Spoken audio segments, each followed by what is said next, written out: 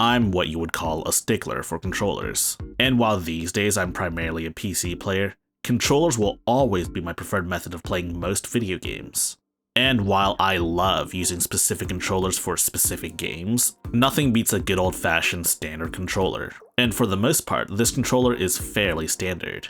But it's got some unique tricks to keep you in the fight for much longer. This is the Gulikit KingKong 2 Pro, a controller made for the Nintendo Switch. But as you may have guessed, we're not going to be testing this out on a Switch. Inside the box is the controller itself, or rather, the controller encased in this plastic shell, most likely to protect it during shipping. But you could stick your controller in here and transport it in your backpack.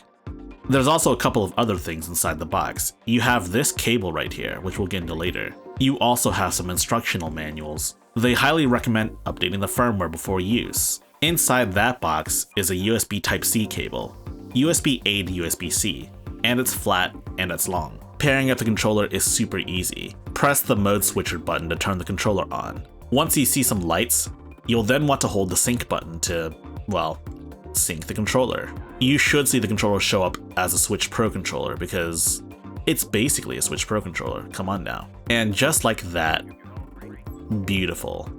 It just works. You can use the Nintendo layout for swapping confirm and back. So you may be wondering, what makes this controller so special? It's the thumbsticks. See, the thumbsticks don't perform any differently from any normal controller, but what they have is lastability. See, these are Hall effect sticks, and Hall effect sticks are not susceptible to drift. Typical controllers use potentiometers that are susceptible to wear and tear over use. Hall effect sticks don't actually make contact with the sensors, instead relying on magnets. And this stuff works. Gulikit also sells Hall effect sticks for the Steam Deck itself. Trust me, if you've got the soldering skills, or if you more accurately have someone that can do the soldering for you, it's totally worth it. Gulikit also recently started selling Hall effect sticks for the Joy-Cons. You have to pop open your own Joy-Cons and swap them out yourself, but it's probably worth it too. Or you don't have to if you don't want to. This controller has multiple modes, but the best mode to operate this in is Nintendo Switch mode, as it gives you access to gyro. Gyro can be extremely good for FPS players.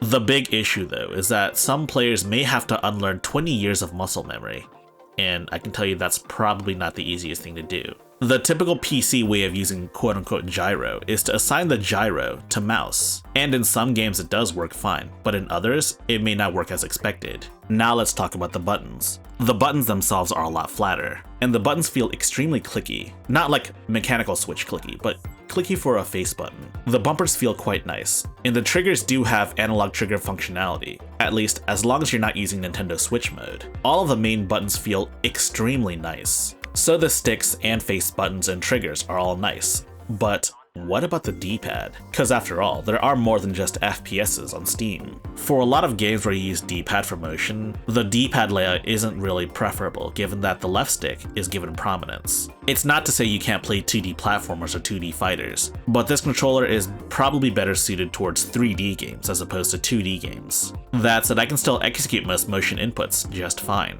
overcoming any skill issue. I'm not saying I'm a pro Guilty Gear player or anything, but I am saying I can stay fairly competent on a controller. But I do prefer Fight Stick in most cases. Overall, this is a great companion to have with whatever device you're running, whether it's a Nintendo Switch, or a Steam Deck, or a PC. The controller certainly looks like an Xbox controller. Heck, it looks extremely similar to the Xbox Elite controller that I have. It certainly feels like an Xbox controller as well, except for the face buttons are a lot flatter and have a lot less travel. The Gulikit controller is also significantly lighter than my Elite controller, but it certainly doesn't feel like a cheap controller. All in all, this will be my new go-to controller when I play games docked on my Steam Deck.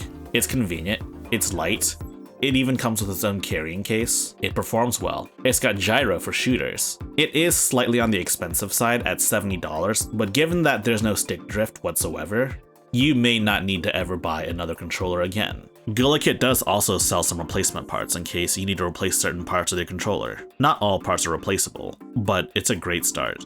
If you like high-tech lowlife, you should check out the rest of my channel. And if you like the rest of my channel, you should like, subscribe, and spread the good gospel of high-tech lowlife.